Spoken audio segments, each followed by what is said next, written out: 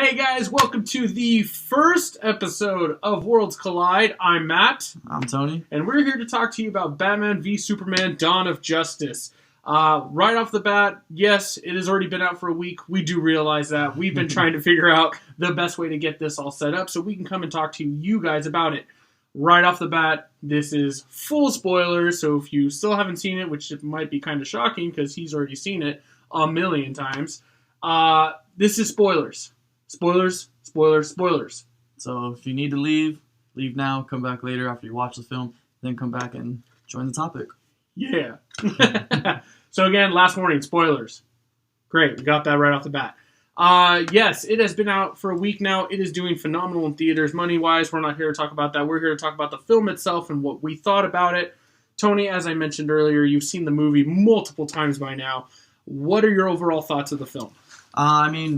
I walked away happy. It exceeded my expectations every bit of the movie. I was in wow the whole time. I enjoyed it. I loved it throughout the whole movie. There was honestly several shocking moments that I was not expecting, and it killed it. So in my opinion, I give it a 10 out of 10 just right off the bat. Boom. 10 out of 10. Tony dropping 10s like they're his best friend. I love it. Me personally, when I first walked out of the theater, my first initial reaction was, wow, what did I just see? There was a lot that happened on screen. And as the following day progressed until I saw it again a second time, my view of it kind of dropped down. I kind of started seeing the little issues that other people were having that now became my issues. I naturally was like, I need to see it a second time because I had questions I wanted to see again. After my second viewing, I can stand firmly and say this movie was amazing. I really enjoyed it. The issues that people had with it, yeah, I had some of those issues, not nearly as bad as I initially thought, so I can stand firmly and give it a 9 out of 10. I really, really, really enjoyed the film. Fair review. Yeah, fair enough, right? But the big question about the film itself is the fight between Batman and Superman. It was great. What are your thoughts on it? Honestly, when it started, the anticipation build up to where they actually started brawling, I just don't think Zack could have done it any better, and they need to give props to Zack. The whole choreography, everything about that movie, just them fighting and them to where they even stopped the fight. It was fantastic to be honest. The fight was phenomenal. I almost think it was everything I hoped it would be. It's like you said, leading up to the fight, the anticipation was there to be able to see these two guys finally go blow to blow, and it didn't let down. The fight was awesome. And it was great to see the tech-savvy parts of Batman being able to literally outsmart Superman, who is normally just brute force. It's kind of like in the comics, he sets up his little traps, his sonic devices, his guns, his kryptonite grenades. Like, they didn't fail at showing every aspect that Batman had been planning this for a while. Right, and that was, I think, one of the best parts of the movie, is showing that he has done his research. He knows what Superman is all about, and he was able to outfight him smart. Yeah. He was smart about the fight the entire way.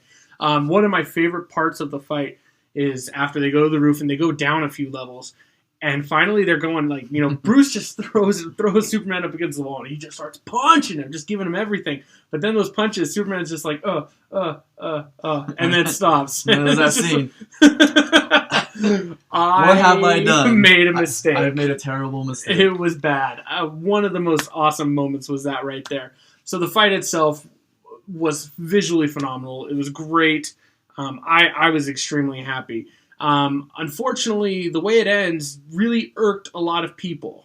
Let's talk about how the fight ended. To me, I know people have their opinions, but to me, it ended the way it should have ended. Like, they've both had the same mother's name, like Martha, Clark Kent's mom, Martha, Bruce Wayne's mom. That's always been around, and it's always been one of Bruce Wayne's arcs in all his stories. So going into any story with Batman, you're going to know that his family is the biggest part of who he is. So the simple fact of saying Martha that caught him off guard and broke his trance, to me, that all made sense. To me, bringing it together and ending that fight, making Batman realize, hey, when Lois comes in and says, that's his mother's name, Batman realizes, because Batman doesn't realize it's God, I'm so excited. Sorry. Batman sees Superman as a weapon. not human. So throughout this whole take, he hasn't seen him like this before, and then now he finally sees that, Superman has a mom, he has possibly a girlfriend, Lois Lane, so he knows these things now, and it's kind of, broke his trance a little bit. And then the last words that his dad uttered was Martha. Right. I think it was one of the big points. And for me personally, I mean, the movie defined a winner, and I think that was really cool too. It wasn't a tie. Batman clearly won that fight. It was great. But I think when people were like, wait a second, Martha, wait, your mom has his name Martha? Wait, well, your name is Martha? Did we just become best friends? We just become best friends. Sure, it sounds funny, but when you look at the narrative of the story and how to play it out, a lot of people complained, oh, we've got to see Bruce's parents die again. I don't think necessarily that's what it was there for, because if you watch that opening scene again between the funeral and the actual murder itself, there's no dialogue there's a couple lines that Alfred says to young Bruce, and Bruce talking about the dream that he's having, but the actual murder itself, all we hear is the gunshots, and then Thomas Wayne utter his wife, uttering to Martha. Last words that Bruce hears. And if you notice, when Bruce screams, it's silent. So it's like that's such a traumatic moment for Bruce and everything as he gets older into becoming the man he becomes. That was a truly defining moment. And I gotta say, that scene was very impactful, and that was the most beautifully I've ever seen it shot, to be honest. I actually agree with that. I think that it visually looked, visually the entire movie, is incredible, and that scene alone was done so well.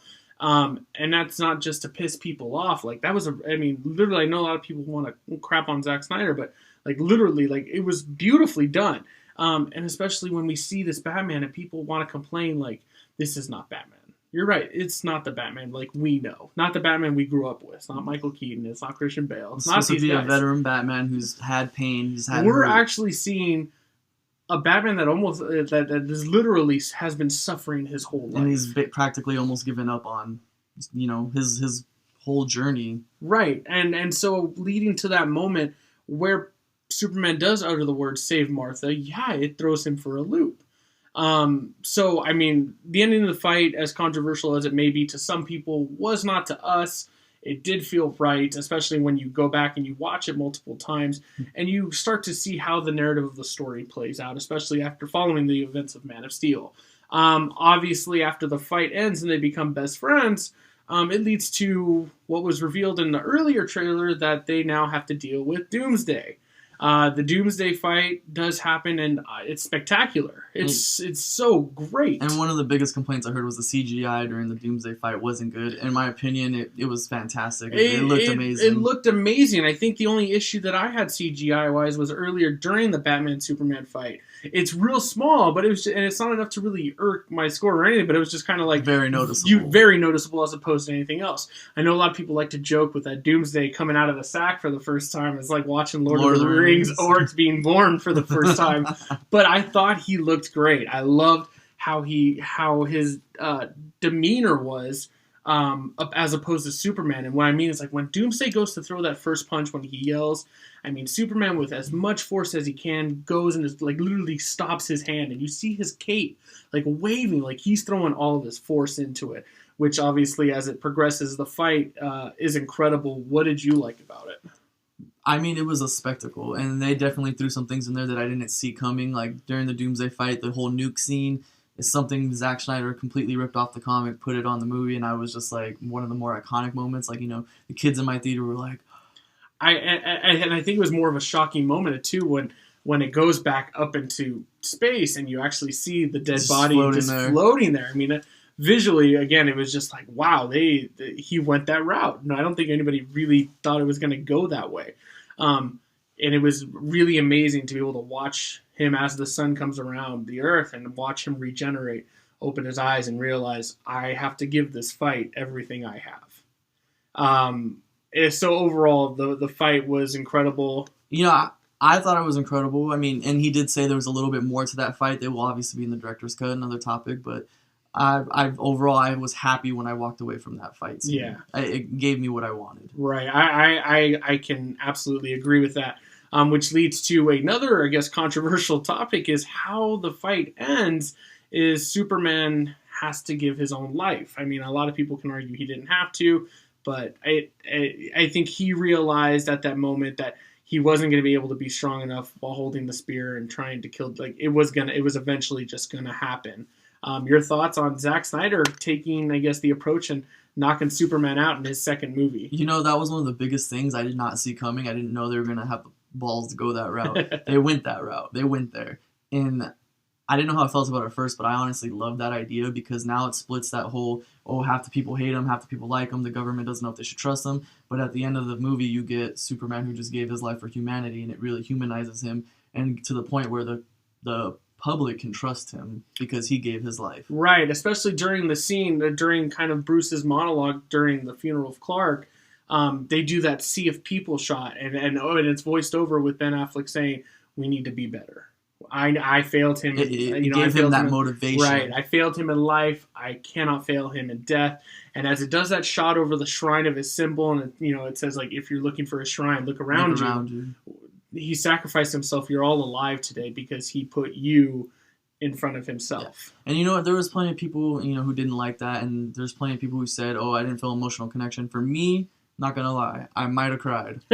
So for me, it was a very impactful moment. Superman, Tears. Superman is my world. I've followed him since I was a kid. And it was just a very epic moment. Every time I see him laying there lifeless, it got to me emotionally. Well, and I think it really hits hard, too, because the bulk of the movie, he's getting the shaft. I mean, he's not portrayed as a good person, even though we all know better to the public. I mean, they do not like him. And that's why I like Zack's take on Sad Superman, because it shows the more human side that Superman's not perfect. The other movies portray him as perfect. Superman's not perfect. He goes through these things, and he has feelings, and obviously he has a human side to him, and he's dealing with that. And I love that idea. One of the coolest moments also in the movie that I really enjoyed was kind of the montage of the heroics that he was doing, but interlaced with news interviews that people... Whether he's right. He's important it was acting beautifully unilaterally. beautifully done, and really at least gave us the sense that people are having a hard time trying to trust him, especially after the events of Man of Steel and all the destruction that was caused. It was great to see, everyone kind of evolve, and the narrative, as I've said again before, it feels very natural. Like the story progression, when I look at the timeline and events, I'm like, yeah, this all makes sense to me. This is exactly how I would see it going. One of the coolest topics that we haven't brought up yet was the nightmare scenario. That alone could have been a movie on its own because it was so cool. What are your thoughts on the nightmare scene? To me, it wasn't more of a nightmare. It was more of a premonition of the future, that Flash was coming back to Warren Bruce. And I feel like Zack, he likes comics enough to where he's explored different possibilities, like the post-apocalyptic future in which we see Batman killing everyone, which I thought was amazing. Like, he's just shooting people, taking names. And that scene alone just shows that he's looked into Injustice because it had the Injustice vibe. And then you have Flash going back saying Lois Lane's the key. In the Injustice story, you have Joker who killed Lois Lane, which causes Superman to basically act on his own and lose his mind, and control the world. Absolutely. Like I said, man, that could have been such a cool movie on its own, and it was so neat to see a possible future, especially with all the little Easter eggs with the Omega symbol and the parademons, the Superman soldiers, and then watching Superman really just kind of not give a crap about anybody. I mean, literally walking in and sawing people in half. It was great. And then obviously as that scenario ends, having the Flash pop up, which neither of us saw coming. I mean, that was incredible. And having Ezra Miller actually have speaking lines and actually kind of hitting the right notes with me. I was like, I dig this. Your thoughts on Ezra Miller's speaking moments that he had and what he was saying? I've always been a fan of Ezra Miller since they announced him. I've always been happy about it.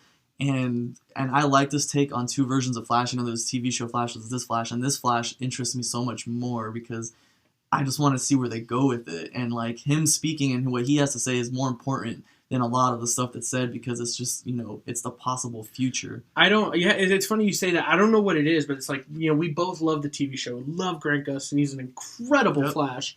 And the heart that they bring to that show is incredible. But there was something about this Flash and the possible bigger world, which almost doesn't make sense considering the TV show does multiple Earths. But I don't know what it was. I seen him on screen. It just felt a lot bigger than what we see in the TV show. And you know, people are like kind of like, oh, well, did you see a suit look kind of like the Predator or something? You know, Right. and in my opinion, this is a post-apocalyptic Flash from the future, so he's probably all armored up. To be honest, that's probably not what he's gonna actually look like in the Justice League movie. Just saying, but Right. I dig the look anyway, though. It And looked plus, I mean, Zach has teased since then that this was written mid-shoot. Like, they, in the middle of shooting this, it has popped in his head, like, do this now, pay off later.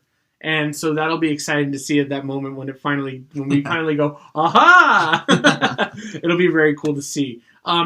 So going back to the main characters of the story, how did you feel Henry Cavill did this time around portraying Superman again?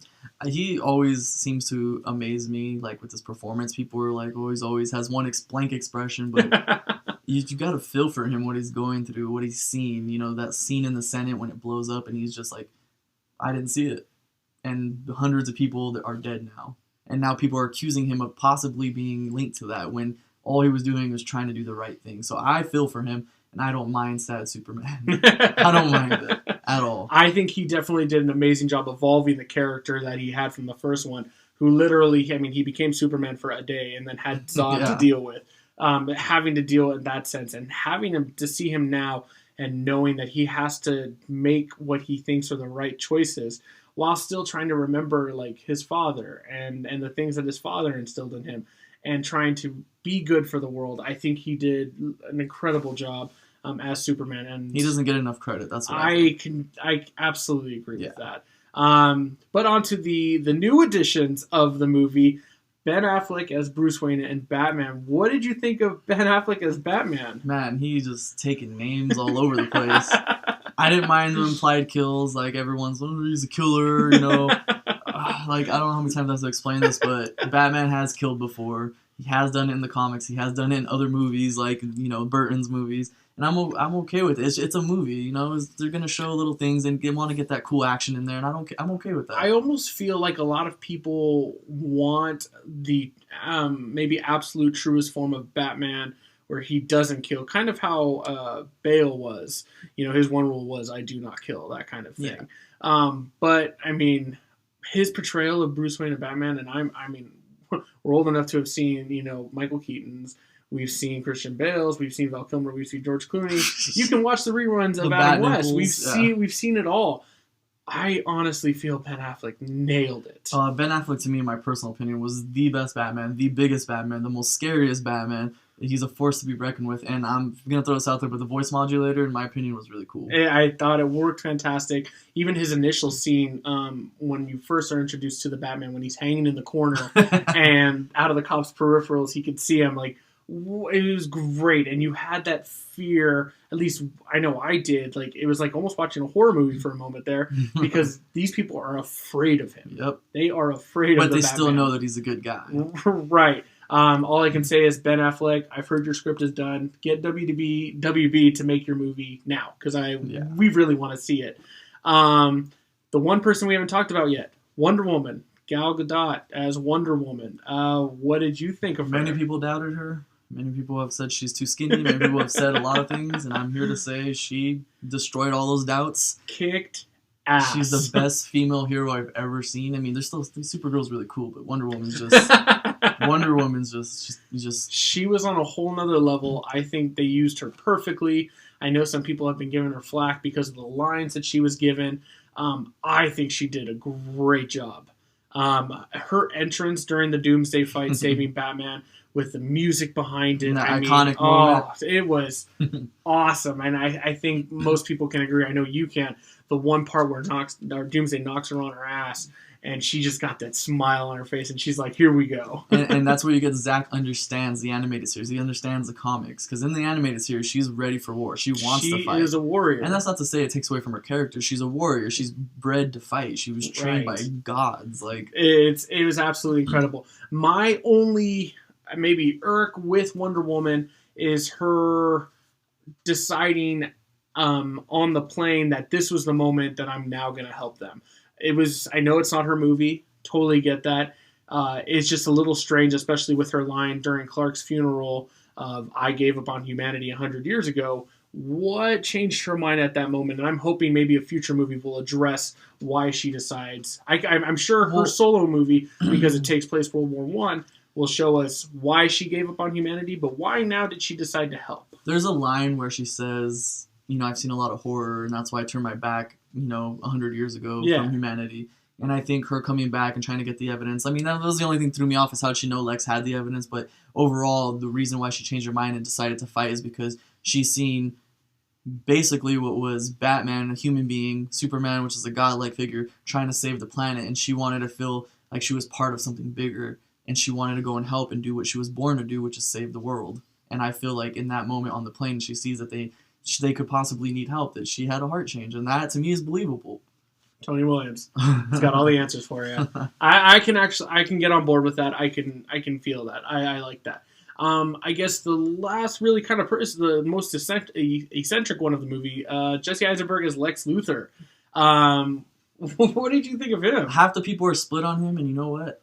I love him. He was the most I never was against him as Lex Luthor, simply because I'm a big fan of Smallville, and I love the Lex Luthor on Smallville. And he was, not to say exactly the same, but they kind of both had the same, essence. And Jesse Eisenberg was just a little bit more eccentric. And I loved how they started him off with long hair, because that's his origins. He's had hair before, and eventually he loses it. And in the movie, he just has that jitteriness. Every line he delivers, you could tell he's just jittering, like he's not a sane person. And it killed it. Yeah, I know a lot of people want to be like, oh, they just got the Facebook guy to do it, and I guess you can give them credit for that, but I felt like he brought something new to a Lex we haven't seen before. Normally, our Lexes in the past have been, the older guys who've been around. They're extremely smart, like he was. But seeing a younger version of Lex, whose mind always seemed like he was 4 steps ahead of his mouth, was really neat to see. And knowing that he knew what he wanted, he knew what he was trying to do. So I really enjoy Jesse Eisenberg as Lex. And my biggest thing with the whole Facebook thing is, with this day and age, with technology being as big as it is, it makes sense to me that he would be like the Facebook tech, you know what I mean? Like billionaire technology. That makes sense to me this day and age. So. I agree with that.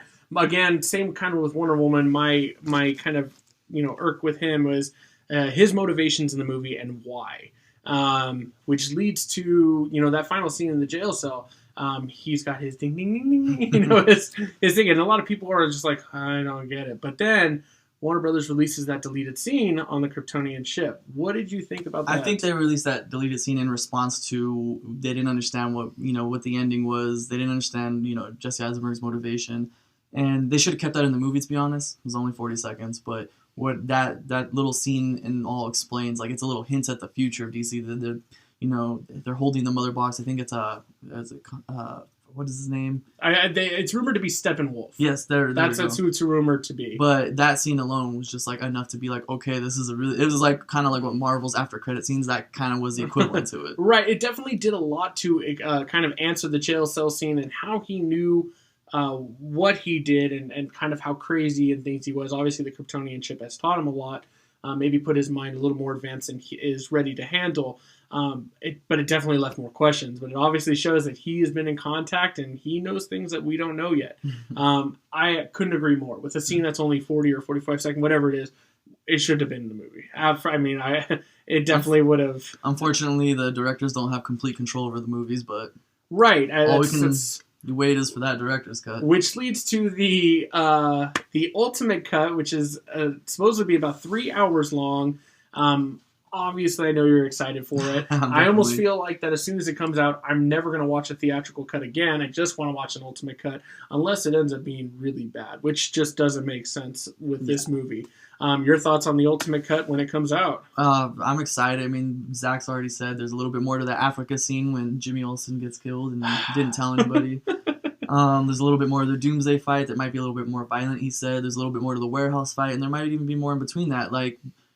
Is Barbara Gordon Batgirl? Is Barbara Gordon, Oracle? Those are questions are unanswered, and I want them answered. 30 minutes is a lot of footage. I'm definitely down for another half hour. Part of me is just like, you guys should have just put this in to begin with. And to me, this Batman vs. Superman wouldn't have been good as anything under 2 hours. So to make it 3 hours is just more story for me to just be happy with. Right. Obviously, this movie leads open to the future of the DC universe, and with Justice League. the cameos, but we talked about the Flash cameo, but the Aquaman and Cyborg cameos, your thoughts on them and them showing up? You know, I gotta say, Aquaman's cameo, it gave me chills. The way he just takes off is just like Smallville's Aquaman.